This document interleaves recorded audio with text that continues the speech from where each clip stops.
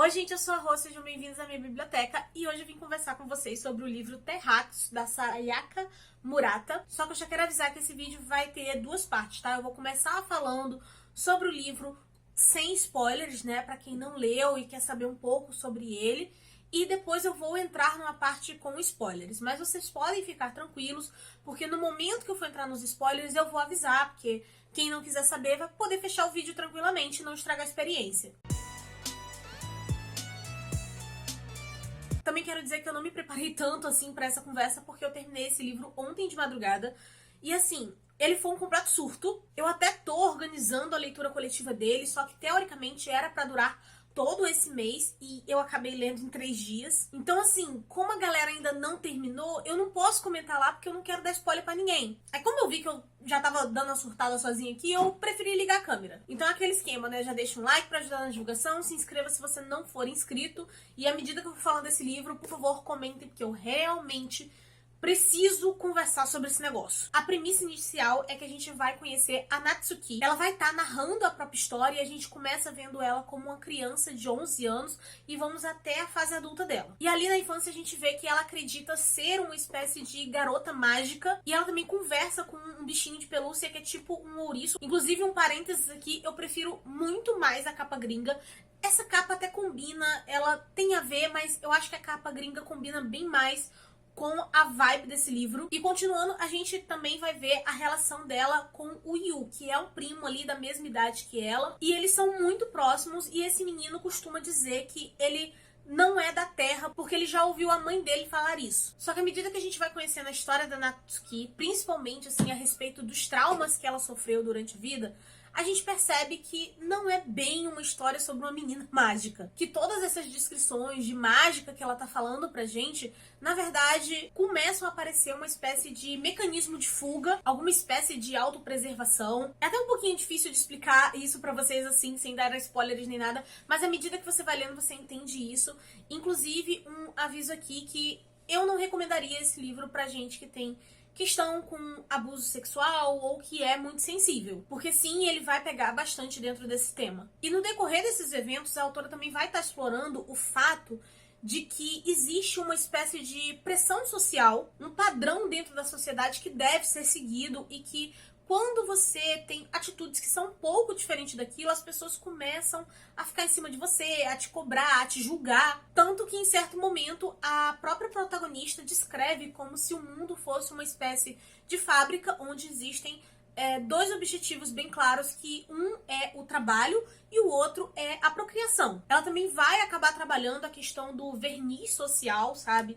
De quando a pessoa tem uma aparência, digamos assim, exemplar e age conforme os padrões da sociedade, mas quando você investiga um pouquinho mais, você acaba descobrindo que ela também não tá tão confortável com os padrões que ela segue e que aquilo ali, na verdade, é mais uma fachada. Outro ponto que eu senti muito forte é que a autora trabalha a questão de traumas em cadeia, sabe? A pessoa sofre um trauma, isso vai gerando atitudes e situações que parece que vai crescendo e afetando outras pessoas também. Só que tudo isso que eu falei é apresentado de uma forma muito exagerada, muito, assim, extravagante, surreal, absurda, e eu nem digo isso de uma forma, assim, negativa, tá? Porque quando a gente vai lendo, a gente percebe que era justamente a intenção da autora trazer dessa forma pra gerar uma espécie de desconforto. Eu mesma tive um misto, assim, de tristeza, com raiva, nojo, e ao mesmo tempo eu não conseguia parar de ler, inclusive uma coisa que eu estranhei, porque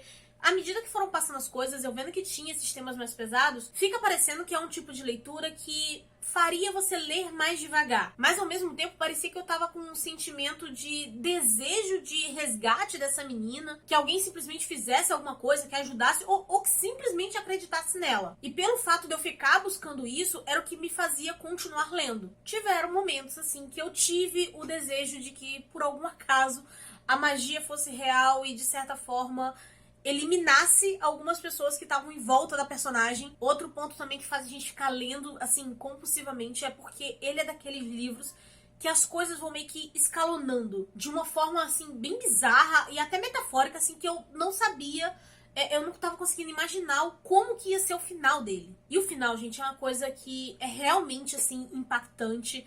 Eu não tava esperando aquilo. Foi, assim, um delírio, um surto. Inclusive, eu não sei dizer exatamente ainda o que eu tô sentindo a respeito daquele final. Eu não vejo a hora de chegar o dia de eu poder conversar com as pessoas da leitura coletiva e, sei lá, editar esse vídeo, postar e vocês comentarem aqui também, porque tem coisas ali que eu não sei muito bem como sentir. E como se não bastasse a autora já ter jogado na nossa cara o livro inteiro, todas essas questões relacionadas à pressão da sociedade, eu senti que ela ainda jogou ali no final, assim, pra você ficar refletindo, uma espécie de ironia, de uma certa hipocrisia, que vai acabar levantando alguns questionamentos, tá? Mas digamos assim que a conclusão que ficou ali no final pra mim é que essa é mais uma daquelas autoras que faz eu meio que sentir um pouco de vergonha do ser humano, quando a gente vê as consequências de todos os traumas aqui. Você fica assim, nossa, o meteoro na Terra começa a ser um desejo, sabe? O final é realmente pra você surtar e você ficar refletindo sobre tudo o que ela levantou durante o livro inteiro. E assim, eu consigo dizer claramente pra vocês pra quem não é esse livro. Ele claramente não é para pessoas sensíveis, pessoas que têm gatilhos com abuso, seja psicológico ou sexual, ou alguma coisa do tipo. Agora, se você me perguntar para quem é o público-alvo, gente, desculpa, eu realmente não consigo dizer. Ele é realmente, assim, uma experiência, sabe? Para você sentir, você refletir. E é aquela coisa, se você ficou interessado, se você é curioso, se você acha que com o que eu falei pode ser algo interessante pra você ler e você quiser ter essa experiência, eu vou estar deixando aqui embaixo no box de descrição o link de compra pra esse livro, tá? E vocês comprando esse livro ou qualquer outra coisa, através desses links você vai estar ajudando o canal sem pagar nada mais por isso. E eu acho que esse é o máximo do que eu consigo falar com vocês sem spoilers, tá? Inclusive, eu nem falei no início, né, sobre quando que foi publicado, nem olhei essas coisas. Ele foi publicado pela primeira vez em 2018, né, só que aqui no Brasil ele saiu em 2021 pela editora Estação Liberdade. E, gente, eu acho que é isso. Comentem aí se vocês, o que vocês pensam sobre.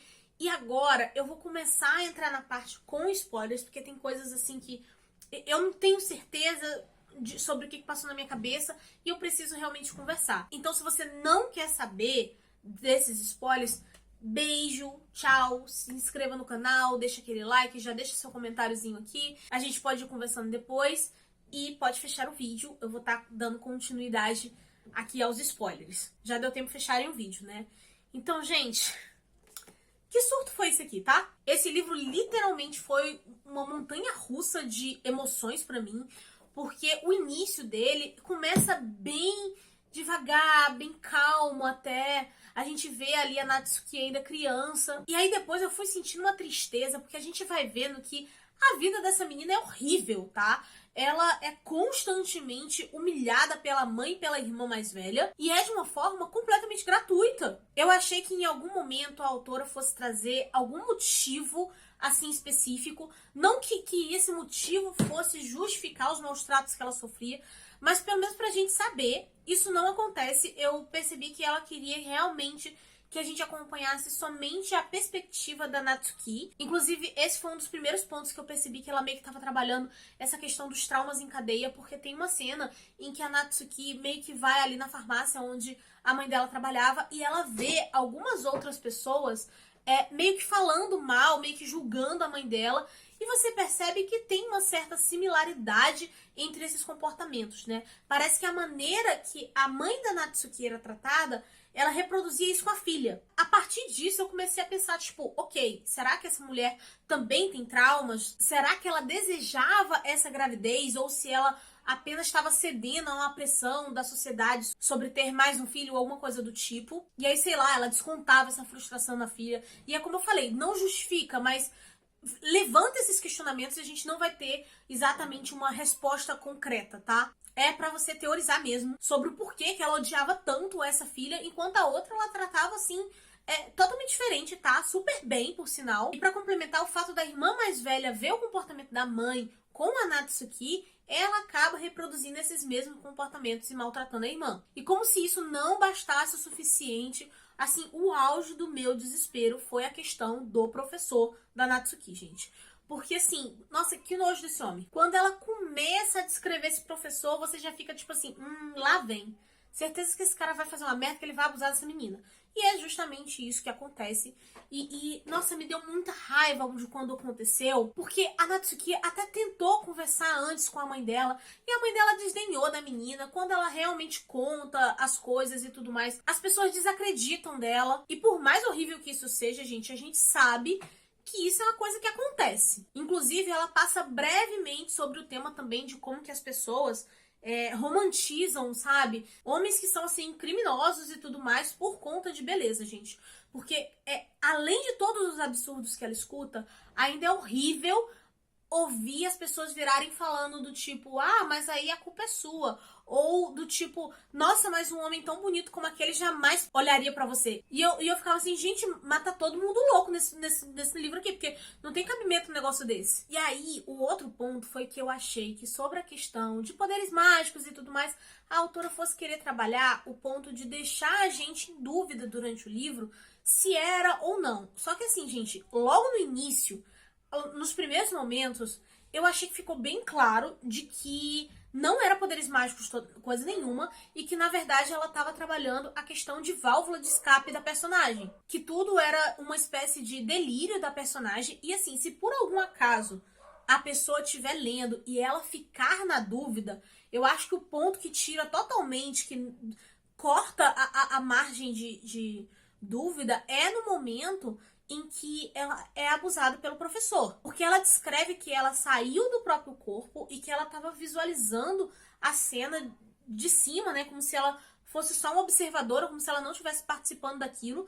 E aí eu olhei pra isso e pensei assim, gente, ela tá despersonalizando. E assim, eu não sou psicóloga, não sou psiquiatra, tá? Gente, eu sou biomédica, eu tô conversando aqui como leitora mesmo, tá? Então se tiver alguém da área e quiser comentar sobre, fique à vontade, deixe nos comentários. Mas foi isso que ficou parecendo pra mim, porque até onde eu sei, a descrição de despersonalização é justamente isso. E aí, quando a gente vai pro momento em que ela fantasia que, na verdade, ela tá lutando contra uma bruxa, e quando a gente vai ver, na verdade, ela matou esse professor, que inclusive fiquei muito feliz com a morte desse homem, fica realmente parecendo que é mais um dos sintomas de despersonalização, né? Como se ela criasse um delírio, uma outra realidade, porque naquele momento ela não estava se vendo matando o professor. E, gente, pelo amor de Deus, eu não estou dizendo que toda pessoa que tem, sei lá, despersonalização ou desrealização, ela vai surtar e vai sair matando as pessoas por aí. Não estou falando isso, tá?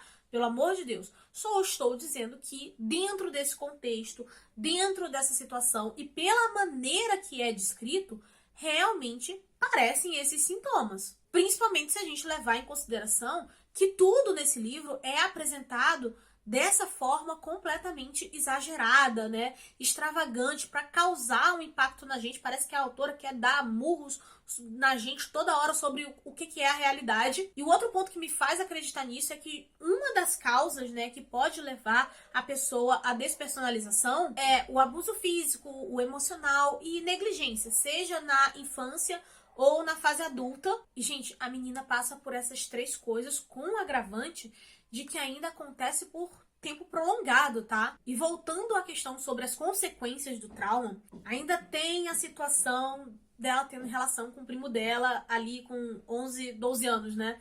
Que sim, é errado, sim, é muito estranho, é bizarro, mas ao mesmo tempo parecia que eles não tinham muita noção do que eles estavam fazendo, do quão errado era isso. Isso causa até uma espécie de distanciamento da realidade. É bem esquisito, tá, essa cena. E eu também acredito que esse primo dela passava por traumas também. Tem algumas frases, algumas coisas que aparecem aqui, gente, que dá muita sensação de que ele era maltratado pela mãe. Inclusive, era uma coisa visível fisicamente. Porque quando ela começa a descrever que o primo dela, ele parecia ser menor do que uma criança daquela idade, me passou a impressão de que talvez ele estivesse num quadro de subnutrição, de que, sei lá, a mãe dele deixasse ele com fome ou alguma coisa assim, porque é bem claro que ele tem algum problema com a mãe, a gente só não sabe mais detalhes porque a história não é pelo ponto de vista dele, mas isso é bem óbvio. Também parecia que ela odiava o filho e também tinha essa coisa dele sempre falar pra sobreviverem haja o que houvesse. Eles fazem essa espécie de pacto ali até na infância ainda. E eu senti que justamente por eles serem duas pessoas que passavam por esse tipo de negligência e maus tratos, foi o que acabou aproximando esses dois. Meio que eles se entendiam, eles se sentiam muito excluídos daquela família, mas quando os dois estavam juntos, existia uma espécie de compreensão entre eles. E pelo fato deles não se sentirem pertencentes àquele lugar, né, àquela família, eu senti que a imaginação e as fantasias deles foram escalonando, né? Só que isso vai se estendendo até a vida adulta da personagem, tá? Tanto que depois a gente vê que o termo que ela usa pra isso é que como se o mundo, né, a sociedade fosse uma espécie de fábrica, onde os dois objetivos principais é justamente, como eu já tinha falado, a reprodução e o trabalho. Inclusive a questão da reprodução, eu acho que é por isso que essas mães odiavam tanto os filhos e maltratavam eles, porque a gente vê que essa cobrança, né, da mulher ser mãe é muito presente dentro da história, então talvez o comportamento delas fosse decorrente a justamente esse trauma, essa frustração, elas terem cedido à cobrança da sociedade e depois elas não sabiam lidar com essas crianças. Novamente, não é como se justificasse, mas a gente entende e teoriza algumas coisas. E assim, a gente tem que levar em consideração que é uma autora japonesa.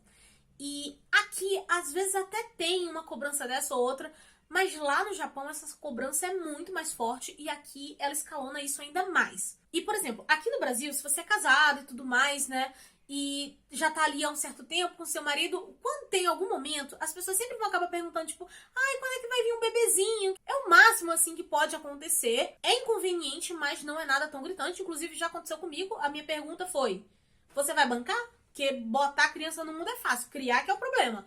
Vai pagar as contas? Vai estar cuidando lá? Vai acordar de madrugada? Não, então me deixa quieta. A pessoa ficou sem graça, é isso. E assim, gente, sempre que vocês tiverem oportunidade, isso aqui é uma dica de vida, tá? Quando a pessoa for invasiva e ela te constranger, pese o clima. Se você tiver a oportunidade, pese o clima. Não tem problema. Faça isso.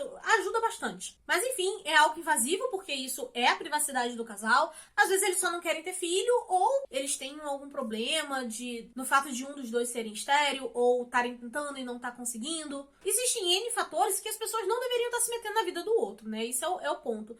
Só que assim, lá é uma cobrança muito maior do que a daqui. Tipo, o cara com quem ela se casa, ela meio que tem um acordo com ele ali, no sentido de, olha, a gente vai casar pra pararem de encher o saco da gente e cada um vive sua vida. E literalmente, quando descobrem que eles não querem ter filhos, o pai bate nele. Só que, tipo assim, é um homem adulto batendo em outro homem adulto porque esse homem adulto não quer ter filho. É muito surreal. A treta que tem por causa desse assunto é bizarra.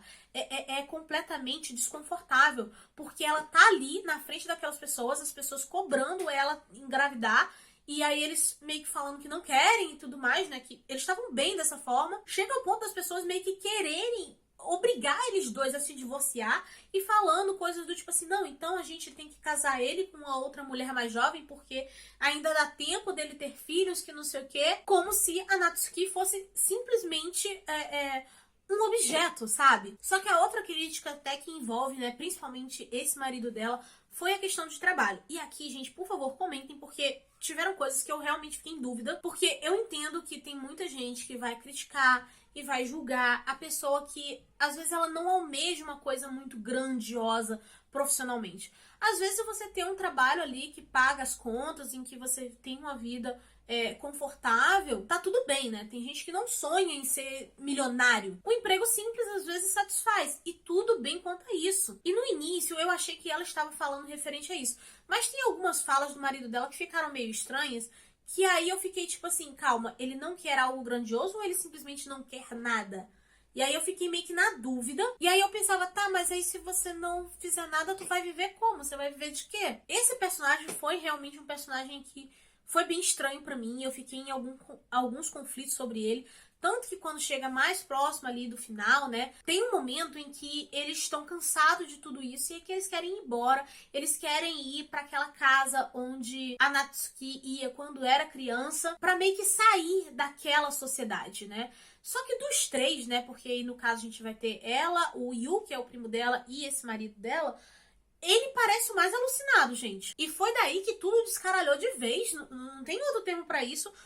Porque apesar dele ter tido aquela treta toda com o pai dele, eu fiquei em dúvida do tipo, será que ele é uma pessoa que também teve seus traumas e não era só essa questão de cobrança, ou ele realmente era meio louco? E eu sei que o que eu vou falar agora pode parecer maluquice, não sei se era intenção da autora, mas o final do livro, gente, me passou um aspecto de meio que iniciação e criação de uma seita. Parece loucura, mas tem método. Também vocês não podem me julgar da loucura, porque esse livro já é doido por si só. Mas pensa comigo, eles foram pra uma casa que era isolada, afastada de toda a sociedade que eles conheciam, né? Eles utilizaram o dinheiro que eles tinham guardado pra iniciar esse novo modo de vida, mas ao mesmo tempo eles pegavam algumas coisas da natureza, roubavam comida da casa de alguns vizinhos ali um pouco mais afastados. Eles começam a andar nus ali e em determinado momento os pais do professor que ela assassinou descobrem que foi ela e vão até essa casa. Aí ela mata esses dois meio que tentando se defender e depois eles simplesmente devoram. Eles devoram os dois, gente.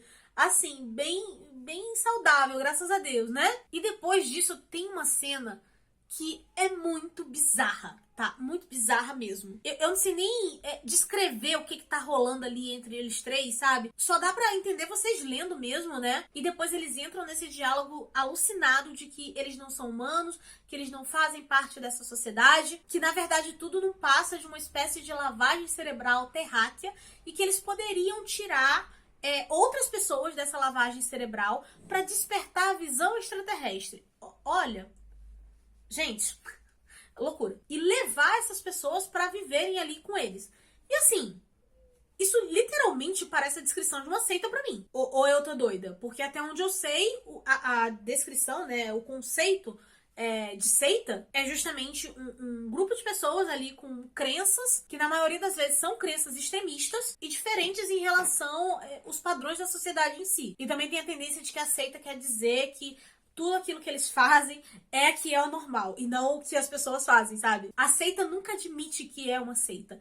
E um outro ponto que a gente pode observar, né, até em casos reais em que a gente vê essas seitas se formando e acontecendo e tudo mais, parece que sempre tem dois tipos de pessoas envolvidas. Psicopatas que querem explorar a fragilidade do outro e pessoas em situação de vulnerabilidade emocional. E a Natsuki e o primo dela, como eles passaram traumas assim a vida toda, fica bem claro que eles são vulneráveis emocionalmente. Mas o marido da Natsuki, eu realmente fiquei em dúvida se ele tinha algum trauma ou se ele tinha algum nível de psicopatia, porque ele pega as crenças que a Natsuki meio que contou pra ele, que ela compartilhou com ele, e ele eleva isso a uma potência muito mais alta, e tem muitas coisas muito estranhas que ele fala. O livro é inteiro estranho, mas esse homem tem hora que ele passa dos limites assim pra mim. Não sei se era a intenção da autora deixar essa dúvida, né, ou se ela só deixou de contar os traumas dele. Não sei se eu deixei passar algum detalhe. Inclusive, se alguém tiver uma opinião diferente, por favor, comenta, porque realmente fiquei na dúvida com esse personagem. E, gente, aquelas duas últimas páginas onde o pessoal da família e tal vai atrás deles nessa casa em específico. E aí, quando eles chegam lá, eles vêm e perguntam, tipo, vocês são humanos? Eu acho que aqui não tem nada de sobrenatural, tá? Eu acho que é uma coisa mais metafórica mesmo. Porque assim, depois de tudo que aconteceu, né, de que eles vivendo meio que nus e provavelmente sujos de sangue por causa do consumo da carne humana, mas, sei lá, o tempo que eles estavam ali sem tomar banho, coisas do tipo, eu imagino que eles não deviam tá com uma aparência muito padrão, porque realmente a descrição parece que eles estão numa vibe meio selvagem ali. E sobre as barrigas, assim, vocês podem acreditar no que vocês quiserem, porque é bem louco mesmo. Você pode achar que eles estão grávidos, tipo o bonequinho do The Sims quando o Sim é abduzido, ou você pode ver como algo assim metafórico, porque eles até chegam a falar, vocês têm essa forma adormecido em vocês também. Amanhã haverá mais de nós. E aí ela descreve que quando eles saem da casa, eles na verdade estão entrando no planeta desses humanos. Então me pareceu que aquilo ali era uma coisa meio metafórica a respeito de como se fosse apenas uma ideia, a crença deles, e que eles levariam isso para tentar convencer outras pessoas a se juntarem a eles. E de certa forma, isso tudo parece muito irônico por conta da hipocrisia, porque eles reclamavam dos padrões da sociedade, que eles não queriam segui-los, mas ao mesmo tempo parece que o ser humano ele tem um desejo muito forte dentro de si de querer fazer parte de algo, de querer ser aceito. Aí eles criam o próprio grupo e querem convencer outras pessoas que o jeito deles é o certo? Vocês estão entendendo o que eu quero dizer? Porque assim, porque olha o tamanho da confusão e da desgraceira que acontece nesse livro, porque literalmente tem uma pessoa traumatizando a outra, querendo determinar a maneira que o outro tem que viver. Se o ser humano soubesse respeitar o desejo e o corpo do outro, nossa, o mundo era muito mais simples. E é isso, se você chegou até aqui, por favor, deixem um like, se inscrevam no canal, conversem comigo, eu realmente preciso conversar, porque tem algumas coisas que eu ainda tô em dúvida, talvez eu tenha deixado passar alguma coisa aqui que eu vá lembrar depois na hora que eu for editar, não sei. Mas não tem problema, vocês podem ir comentando aí, a gente vai conversando, porque eu acho que não deu nem tempo a história sentar na minha cabeça ainda, sabe?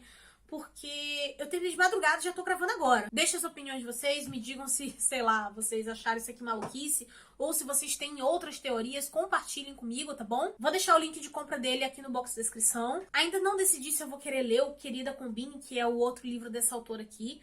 Mas, enfim, foi uma experiência, tá? Então, eu vou ficando por aqui. Por favor, não se esqueçam de deixar aquele like e de se inscrever no canal se vocês não forem inscritos. A nossa conversa continua nos comentários e eu vejo vocês no próximo vídeo. Beijo e tchau!